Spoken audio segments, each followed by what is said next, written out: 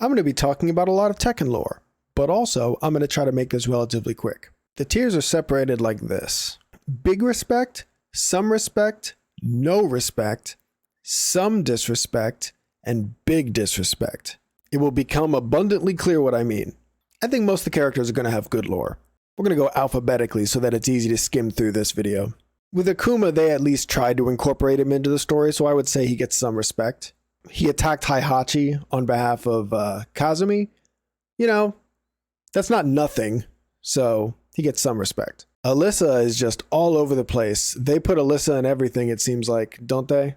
I feel like I've seen more cutscenes with Alyssa than any other character. I also noticed that she was in the non-canon movie, and although that's not real lore, it's like, you know, she's there. They are putting her in things. Anna also has pretty good lore. They keep her and Nina pretty up to date. You know what I mean? I would argue. Armor King, also pretty good lore. I feel like King and Armor King are kind of always doing something. Asuka as well, they really utilize her a lot in the story. I'm not personally very interested in Asuka's story, but she is there. They do incorporate her with Jin a lot, and as we know, Jin is the main character. After Bob, of course, who probably hasn't gotten the spotlight that he deserves, you know? Easily one of the most interesting characters in Tekken, degraded and defiled, really humiliated into this role where he's barely even talked about. It's a big problem. Fat Main's rise. Brian is a really cool character, but he hasn't done anything in so long that I'm actually going to put him here. I kind of wish that he was like another villain to the series, but he's just not. Isn't that kind of a shame? Claudio as well. I feel like this was kind of an interesting new character that they barely did anything with. I barely know anything about this character other than his wiki page, which is kind of a shame. I know he's a new character, but the story in Tekken 7 was absolutely ass, and we got absolutely nothing from most of these characters. Let me know in the comments if literally anybody cares about the journalist character. Marduk is kind of the same as Brian. They kind of did a little bit with him, and then they left him alone for a really long time, and I wish that he did more. You know what I mean? I wish that he was more interesting and was more connected to the storylines of other than just King and Armor King. I wish he was his own character. Devil Jin, come on.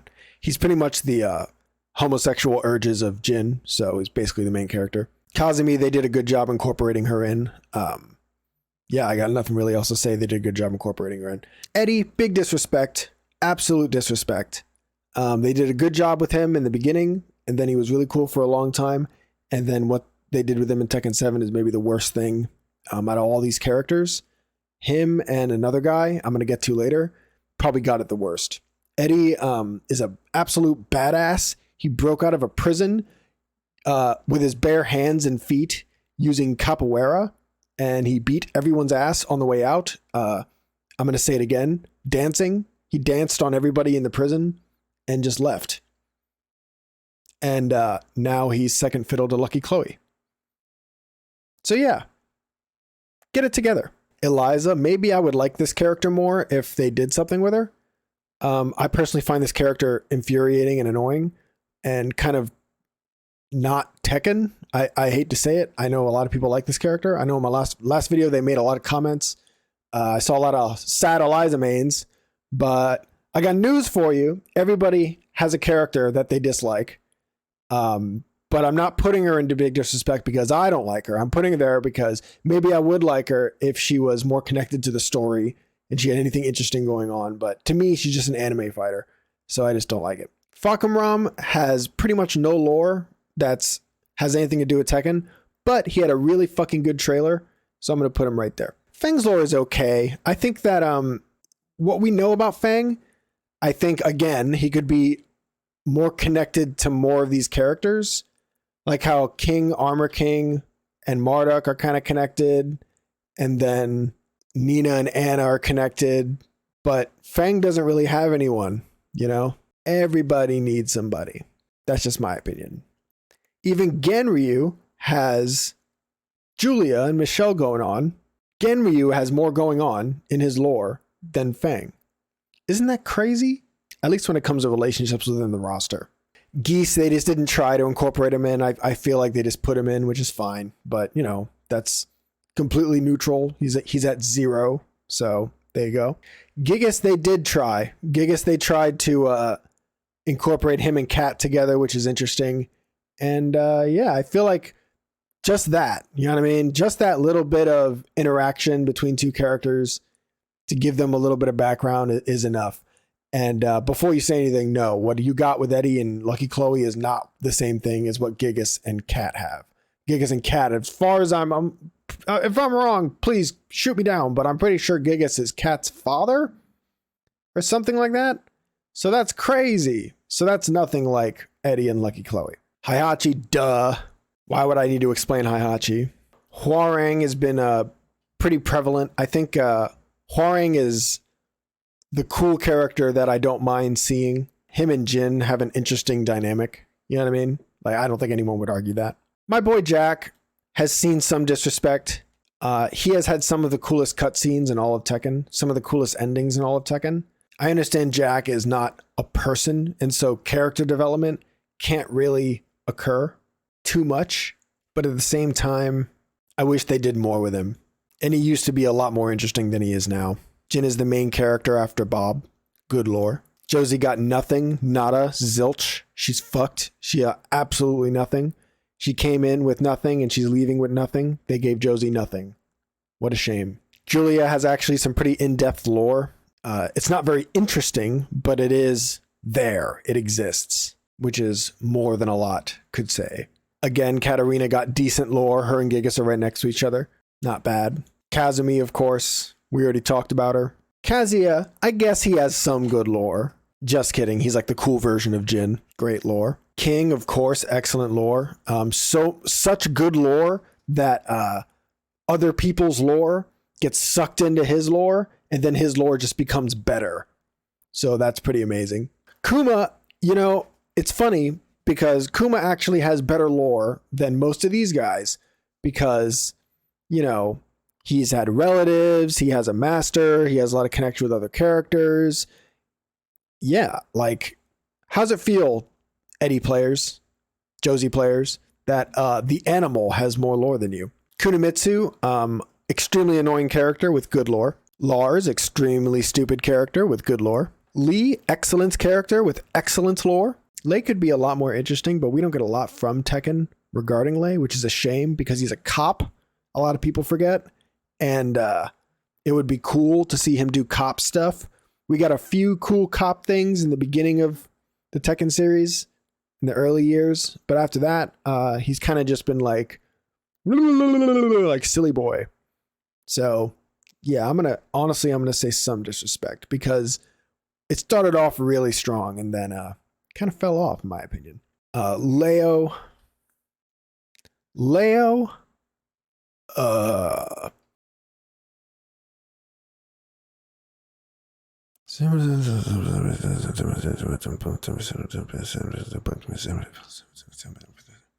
okay, Leo has almost nothing. I'm going to say some disrespect, like they didn't even try. He could have a lot more. Or she, I don't know. Please don't get mad at me. Leroy, boom. He might not be there, but on top of being in the anime for Netflix, he also has a great trailer. And he has character interactions with other characters. And he has a pet. Like, all of that counts to me as having great lore. And he's a new character. He's new in the new game. You know what I mean? So, like, Tekken 7 is the newest Tekken game. And he came in kind of late into that game. And they gave him so much. Which, I know it seems like, why are you bringing that up? It's because Kat has been around longer. Gigas has been around longer. You know what I mean? These characters have been around longer. They're still new, but they, new to me. And they got less than Leroy, who is way newer. You know what I mean? I don't know. That's what I think. Lydia, they did give her a great personality, but there's almost no connection to the lore with Lydia. So I'm going to put her in no respect. But she might get something. But right now, she's kind of at zero right now, but I do really like this character's personality. I hope she does something influential. Lily, almost nothing. I don't know how a character like this could be influential in a tournament because there's kind of not a lot to her. You know what I mean? Not that that's a bad thing. Not that that's a bad thing, but I'm just pointing it out. Ling is pretty influential in the story. Hopefully she's the next character death in the main lore. Lucky Chloe can die in the fire right afterwards. Law actually gets a pretty decent amount of stuff. I'm always going to say I wish these characters had more, you know what I mean? But they actually do an okay job with Law. He's not meant to be a super serious character, but it is kind of funny that a bear has better lore than, Bruce Lee. Master Raven is pretty intertwined in the lore. I would say that she probably has some of the best lore. They give a lot of respect to her. I wish we had Raven back. Miguel, actually, they give pretty good stuff too. I think people that are intertwined with Jin typically do get good treatment, but he is the main character after Bob, so it makes sense. Negan is pretty much no influence on the lore of Tekken, but he does have an amazing trailer, so that is at least here. You know what I mean? It's at least right there, because that's not absolutely nothing. Nina has amazing lore and she has her own game. If anything, there should be a tier above all these people that it would just be Nina tier, because Nina not only has Tekken lore, but she has everything lore. She's like everywhere. She has her own game. She's doing her own thing. She's completely got her own thing going on, completely outside of Tekken. She's like double lore. So that's what I think about. Nina might have the best lore in Tekken. Period. Noctis getting a phone call from Lars does not count as a good trailer, in my opinion. Panda is kind of Ling's sidekick, but doesn't get much in terms of lore. Doesn't need it, but even so, that's going to be a 0 for me. Paul started strong and then got totally screwed over. I would say that Paul was so cool in the first few games, and then he was so uncool in the last few games. That's how I would describe Paul. And the drop was from so high, and the plummet was so far down that I'm going to put him in big disrespect. Paul should be very respected and not as goofy, in my opinion. He should be kind of a tough guy. Dragunov, they do try. They do try to make him interesting. He did have a lot more stuff in his early days, but I feel like he's an easy character to write for. Just go make him do something. And he's also just cool. Isn't he cool, guys? Isn't that like the main draw of playing Dragunov? Dragunov players, did you main him because of his accent? Probably not. Shaheen, almost nothing. You can tell they tried to make him look cool with his design and his perspective, but in general, this character has almost nothing. I'm going to put him in some disrespect because they also made him boring to look at while he fights. Steve got some stuff. You know what I mean? It's not extremely enticing or anything like that. And he's a boxer, and it's very easy to write stories for boxers and cops, but they just don't. I don't know why. They don't just write a little rivalry somewhere or something. You know what I mean? There's almost nothing going on with Steve, but the little bit that we did get is good, but it has to do with Nina. And so Nina just sucks up his lore. You know what I mean? And now you get, okay, don't try to envision Nina sucking Steve now. But point is, they could do more with him. They did stuff with him and it wasn't bad. And they also didn't ruin his character, which is why he's not down here. But yeah, they could do more with him. So he's not going to go in the highest, but he got some respect. We got Purple Lee here. Yoshimitsu has excellent lore. He is pretty much doing something in every single game. And then you go over to Soul Calibur, and he's doing something over there too. And then you go back to Tekken, and he's still doing something. And it's like, damn, they really love writing for this character. And I like Yoshimitsu, so I hope they keep writing for him.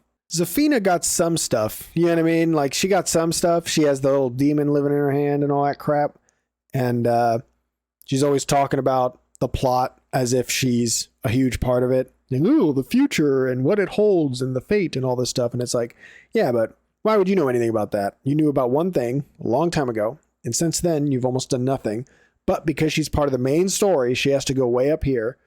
And but she hasn't really done anything since. And I hope that her part in the story is done, personally. Now let's see if I can make this tier list a little more specific before I end the video. There we go. I'm sure I won't get any negative comments. I'm sure no one will disagree with me on absolutely anything I've said. Yes. Yes, this is 100% correct.